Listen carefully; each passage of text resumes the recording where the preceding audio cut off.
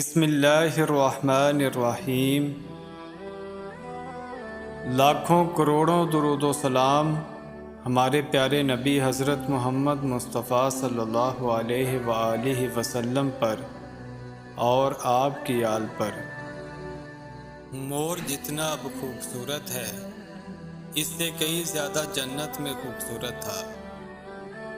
مور کی خوبصورتی پہ سبھی پرندے فدا تھے، لیکن ان سب خوبیوں کے باوجود مور سے ایسی کون سی خطا ہو گئی تھی جس سے اللہ تبارک و تعالیٰ نے مور کو جنت سے نکال دیا۔ اللہ تعالیٰ نے جب حضرت آدم علیہ السلام اور اماں حوا کو پیدا فرمایا، اس کے بعد ان کو جنت میں بھیج دیا۔ وہ دونوں جنت میں بہت ہی پرسکون رہتے تھے، بہت ہی لذیذہ میوے پھل کھایا کرتے تھے، لیکن ایک اناج جس کو کھانے سے اللہ پاک نے انہیں منع فرمایا، اور وہ اناج گندم تھا۔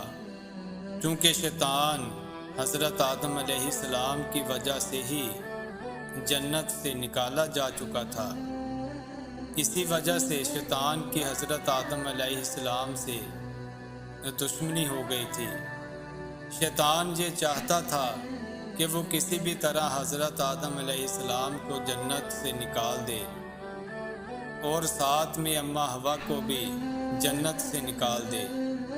جب شیطان کو یہ خبر ہوئی کہ حضرت آدم علیہ السلام کو تمام میوے کھانے کی اجازت ہے، لیکن گندم کھانے کی اجازت نہیں ہے، تو شیطان انتقام کی آگ دل میں لیے جنت کے دروازے کے پاس بیٹھ گیا، اور 300 سال تک وہاں پر بیٹھا رہا کہ کوئی جنت کے دروازے سے باہر آئے اور شیطان اس سے بات کر سکے۔ ایک دن اچانک سے مور جنت سے باہر آ گیا۔ شیطان اس کو دیکھتے ہی بہت خوش ہو گیا۔ شیطان نے پوچھا، اے خوبصورت پرندے، تم کون ہو؟ مور بولا، میں مور ہوں، اب تم اپنا تعارف کرواؤ۔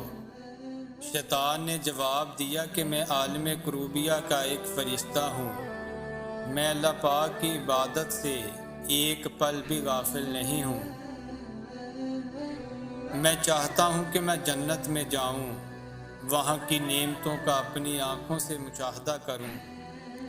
شیطان مور سے کہنے لگا کہ تم مجھے جنت کے اندر لے جاؤ، میں تمہیں 3 ایسی باتیں بتاؤں گا جس سے تمہیں ابدی زندگی حاصل ہو جائے گی، تمہیں بڑھاپا اور بیماری نہیں آئے گی، تم ہمیشہ جنت میں ہی رہو گے۔ شیطان کی باتیں سن کر مور لالچ میں آ گیا۔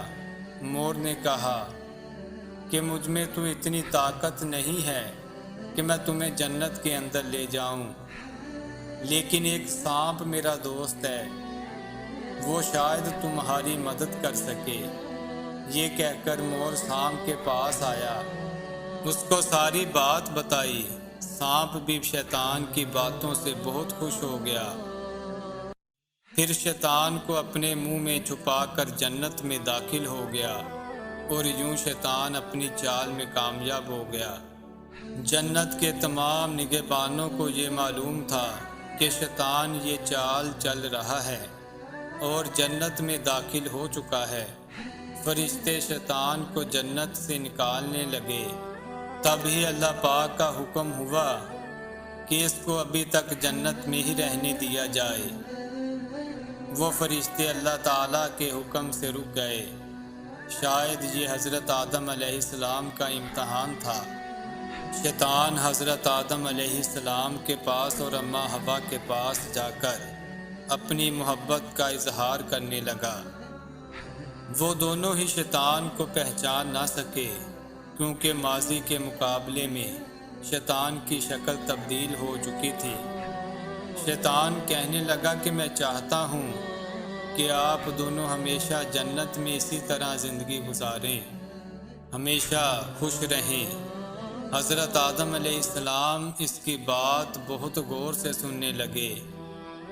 شیطان نے کہا کہ اگر آپ میری بات مان جائیں تو آپ کو جنت کی اور بھی تمام سہولتیں ملیں گی۔ حضرت آدم علیہ السلام شیطان کے بہکاوے میں آ کر کہنے لگے کہ یہ کس طرح ممکن ہے۔ شیطان کہنے لگا، ایک گندم کا دانہ اگر آپ دونوں چکھ لیں تو آپ کو ابدی حیا حاصل ہو جائے گی اور آپ جنت میں ہی رہیں گے۔ یہ بات سن کر حضرت آدم علیہ السلام کے دل میں رجحان پیدا ہوا، لیکن ان کے دل میں اللہ کی نافرمانی کا خوف غالب آ گیا۔ جبکہ اماں حوا شیطان کی باتوں میں آ گئی، جس پر اماں حوا نے حضرت آدم علیہ السلام کو راضی کر لیا۔ پھر اس کے بعد ان دونوں نے اس گندم کے دانے کو چکھ لیا۔ جیسے ہی گندم کا دانہ ان کے اندر گیا تو دونوں کے ستر واضح ہو گئے، جس کے بعد دونوں اپنے اپنے ستر چھپانے لگے اور خوف خدا سے کانپنے لگے۔ اسی دوران اللہ تبارک و تعالی نے فرشتوں کو یہ حکم دیا کہ حضرت آدم علیہ السلام اور اماں حوا دونوں کو زمین پر اتار دو۔ حضرت آدم علیہ السلام کو سری لنکا کے قریب نیچے زمین پر بھیج دیا، جبکہ اماں حوا کو جدہ کی سرزمین پر اتارا گیا۔ جن خوبصورت پیروں سے چل کر مور شیطان کو جنت کے اندر لے کر آیا تھا، وہی خوبصورت پاؤں اللہ پاک نے مور سے لے لیے۔